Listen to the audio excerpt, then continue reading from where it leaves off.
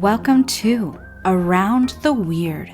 Here's your host, the museum curator of the strange and unusual, Mr. Nothing. Thank you, mysterious voice, and welcome back to Around the Weird, a booktube channel where I talk about all the unusual and out of the ordinary literature that I have found in my travels. Today, I want to talk about a book that I read, one that was a random read from my local library. Don't forget to patronize your local libraries. It is a scary story, even though we are not quite towards the spooky month yet. It's still good to visit spooky even outside of October. And it's about a haunted house, or what seems to be a haunted house. I am referring to The Grip of It. A novel. I presume that's the full title. By Jac Jemc, which was published in 2017. For those who don't know, Jac Jemc is an American author who I feel like has gotten much of her work published pretty recently. She wrote another book called A Different Bed Every Time, or something like that. And she's also written this, and she also does some editing for various literature magazines. And I think that's pretty much all I know about her. I've never encountered any of her work before, but that's just what happens when you pick out a random read from the library. You're bound to find some unusual and maybe sometimes not well-known authors, just because the library has pretty much everything, or close to everything, or a variety, or something like that. So anyways, without further ado, let's talk about The Grip of It.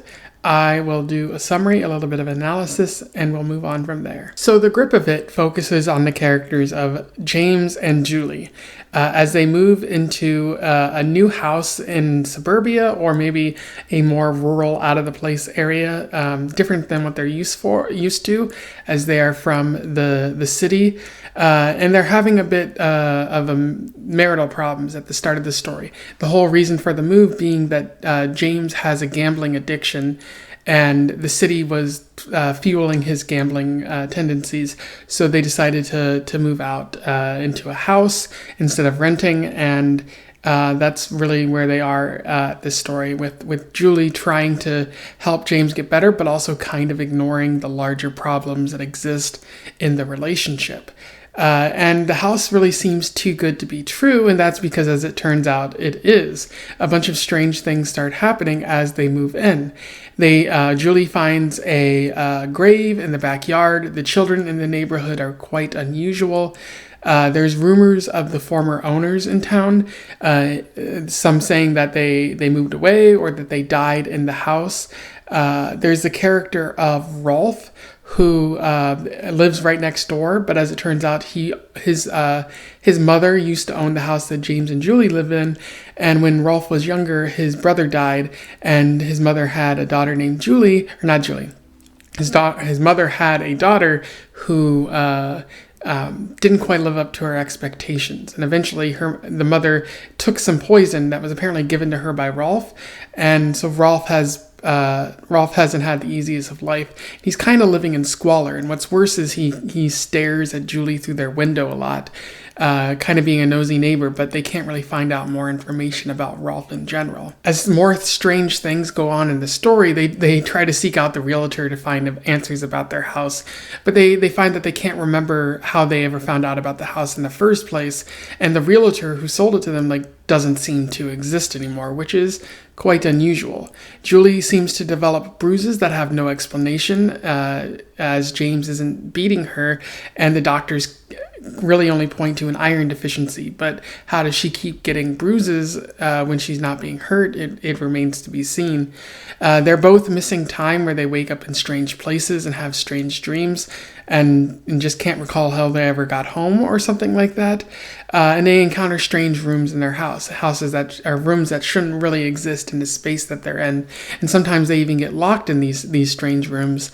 And James is pretty obsessed with the basement, including trying to dig through the foundation and figure out what's the deal with this house. And a bunch of other strange things go on the story, which are too numerous to list. Eventually, Rolf goes missing, which draws the attention of the police, who suspect James and Julie, although there's no evidence that's saying where Rolf went or what happened to him at all. They find blood in the forest behind their house and a missing finger, but there's no evidence as to where Rolf would be. And the police can't really figure out the answers as well, even though they do suspect James and Julie. Eventually, they go to their friend Connie's house to relax, but they soon discover that the drawings on their wall in their house also showed up in Connie's house, and they suspect that the ghost or the haunting might be following them around, even if they can't put an exact name to what is happening to them. This causes Julie to just have a breakdown and start shouting religious nonsense at James, who she ascribes to being not James, because he seems to be in denial about what's happening in this situation, asserting that it might be some sort of hoax and that everything might be all right.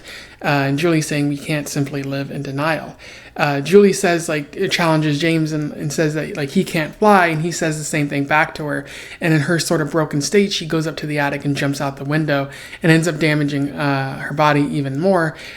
She's taken to the hospital, and the doctors do their best to help her, although they note that she might have temporal epilepsy or something.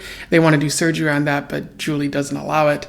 And James becomes sick at this point, although it's unclear as to what's happening with him. It might be mold poisoning or something like that, but it's unclear if this had always existed or if it's a physical manifestation of a mental health issue or something like that. It's a bit unclear, but what is clear is that they both return home from the hospital, and they decide that they're going to sell, that this house is too much for them and they want to leave. But before they do, they go over to Rolf's house and see he's presumably not there, and explore and find out a little bit more about what's going on and why they might be haunted or why they might not be haunted. And as they leave, Julie presumably sees, I don't think James sees it, but Julie sees Rolf just sitting in his chair, missing a finger, and she has a bunch of questions for him about everything, but she just simply doesn't ask them and leaves. She doesn't tell James about her seeing Rolf, his ghost, or something like that, but James notes that he does see Rolf staring in the window from time to time. And as the story comes to a close, they decide to sell the house, but they do not tell the new owners about any of the problems that they are encountering. And as they sit outside, they watch children throw rocks through Rolf's window and even begin to burn down Rolf's house. And they decide that they're going to do nothing about that, that they're just going to move on with their life. And that's where the story ends there. In terms of analysis, Jemc is working with a couple themes in this story, particularly the idea of rationalization, sort of like doubting what's happening to you. That seems to be a big part of the story, especially with some of the quotes that she uses at the beginning from other people, noting that how do you doubt? To doubt means that that there has to be a situation that is actually occurring, and you're saying no, that's actually not what's happening, and sometimes that can be paradoxical in nature. But Julie and James are both trying to rationalize this haunting, and it starts pretty early in this story with this rationalization. Allow me to read you a quote from this. James laughs. "I didn't move it. Could I have set it there and forgotten? Could I have had it in my hand on the way to the kitchen and put it down? This seems like the only answer, so I accept it." And pretty early on, strange things begin happening to James and Julie in this house. And they're like, well, I guess it could be this because that's the only answer. But as time goes on, it becomes clear that there might be another answer, that they might be haunted or something worse is happening to them that they can't quite explain, but they still make attempts to rationalize what is happening in this very bizarre situation. They try blaming each other. When the police ask them why drawings are showing up at their house as well as Connie's house, Julie says that she blamed James for it. They kind of blamed each other, and James blames Julie for it, like it's some sort of prank on their part, or a hoax by the neighborhood children, or Rolf is sneaking in and doing something about it. They try to say all these other things are the reason for it, even though there's not that much evidence for that actually happening. And at the end of the story, or near the end of the story, when Julie's in the hospital, I think James tries to, rationalize this all away by saying that all of this is the product of Julie's health. Like, oh, there must be something in her brain that's causing her to imagine all of this. But it's kind of unusual because James himself is seeing some of this too. Like, this is happening to James as well. He's not in denial that this is happening, or he is in denial that this is happening. But I think it's safer for him to be in that denial than to acknowledge what's happening. So he's just rationalizing it by saying it's all in his wife's head. But even though that doesn't quite make sense.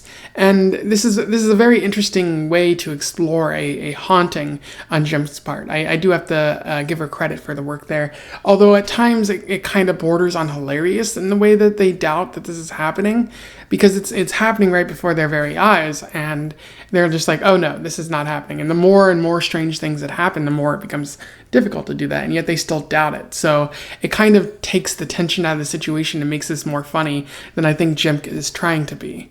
And on another sense of rationalization, Julie attempts to rationalize or ignore James's gambling behavior. I think that's sort of a big focus of the story as well. With James having gambling problems, gambling addiction, and Julie deciding to move to the suburbia outside of the city in order to deal with the problem, not really addressing it, just trying to take him out of the situation, which might help for the most part. If you take like someone who's addicted to doing heroin outside of a situation where they have easy access to heroin, it might make it easier. But that doesn't acknowledge or help them focus on the problems that led them to the heroin in the first place. So the problem for James of gambling and the addiction there, it might still exist with him, and Julie doesn't want to recognize that. I think it's because she's happy in her marriage, and if she recognizes that might kind of take her out of it, or force her to confront that this marriage isn't doing as well as she thinks it is. And this happens at the end of the story too, with as after Julie gets out of the hospital, she looks at the bank account and sees small increments of withdrawals in the same way that happened prior to the start of the story, where James was using that money for gambling. And Julie just says that, oh, it's probably him using that to buy the essentials, even though she knows that that's probably not what James is doing. And so it shows the lengths that we go to rationalize the terrible things in our life. Jemc is saying we will do anything to avoid acknowledging our horrifying reality, whether it be the own personal problems that we face, or maybe on a larger scale, the stuff we can't explain, the haunting in the story. Kind of a very pessimistic view of humanity that we would rather, just rationalize our problem than try to deal with it. Another interesting element of this story is the house, and how it seems to be a representation of the couple realizing their faults, a representation of their own relationship. Because as things get weirder in the house, they begin to realize their faults. They begin to realize the problems in their relationship. It starts out pretty small with Julie kind of realizing that James is never going to call an electrician or a plumber, although he does at some point. He probably won't do that for the major problems that the house has, and for the weird noises that are going on as well. And so, as things get weirder, it sort of forces them to confront how none of them are really prepared to equip for this, and or none of them are equipped to deal with a problem of this nature, whether it's something like just fixing the house, or owning a house, or even dealing with what appears to be a haunting.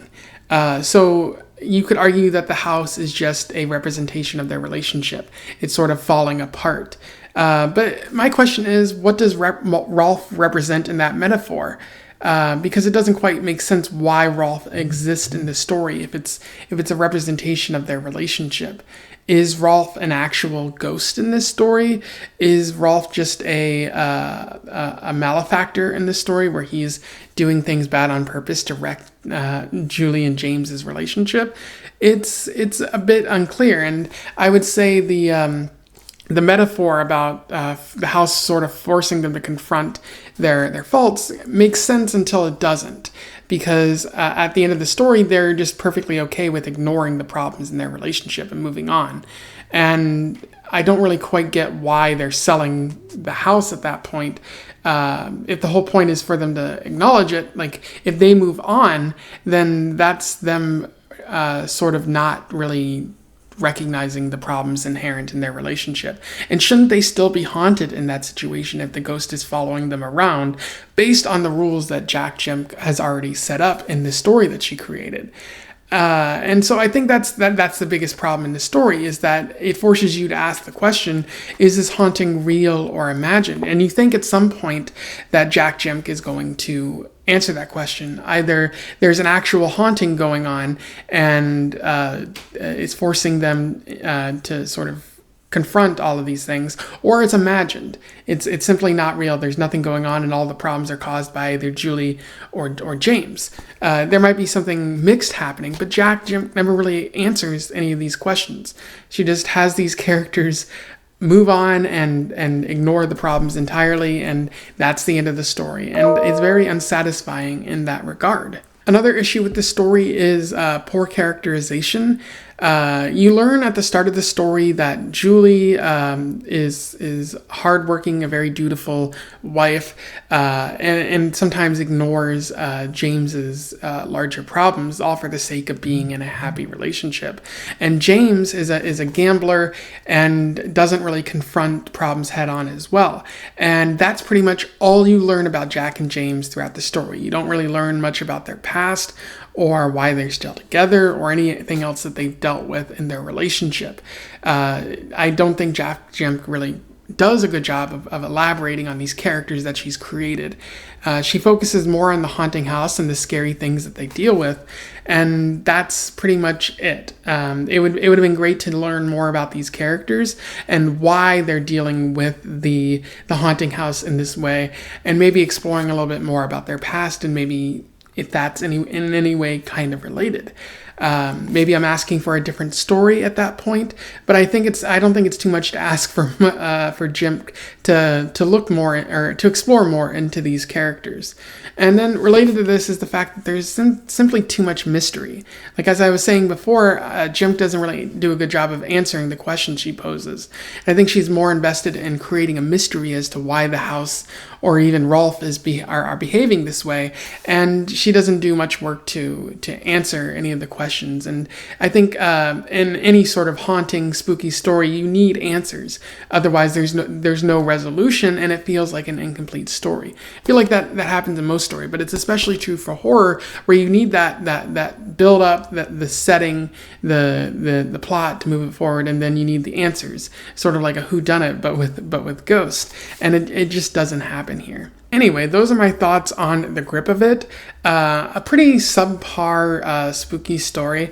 There's a lot of potential for it. The writing is pretty quality at times, and the getting at the horror and the buildup of tension is pretty strong for Jac Jemc.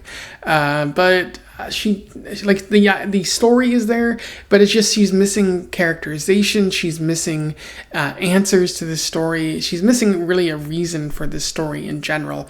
And that's unfortunate that it just causes the story to sink. It might just be the case that this is not for me, but I find it hard to really justify recommending this to anyone because of the questions that it leaves hanging in the air. It's not simply that there's no answer to the mystery. It's more so along the lines that she doesn't really explain anything at all in the story, and she's sometimes incredibly vague in her answers. So it's hard to recommend that. I think this is a pretty skippable story, unfortunately. If you read this before, you simply want to comment on something I said here, do so below. Let's have a discussion about The Grip of It. Otherwise, don't forget to like, share, and subscribe so that more people can find out about this author and this book if they don't already know. And until then, I wish you the best of luck in your weird and haunted house travels. Farewell.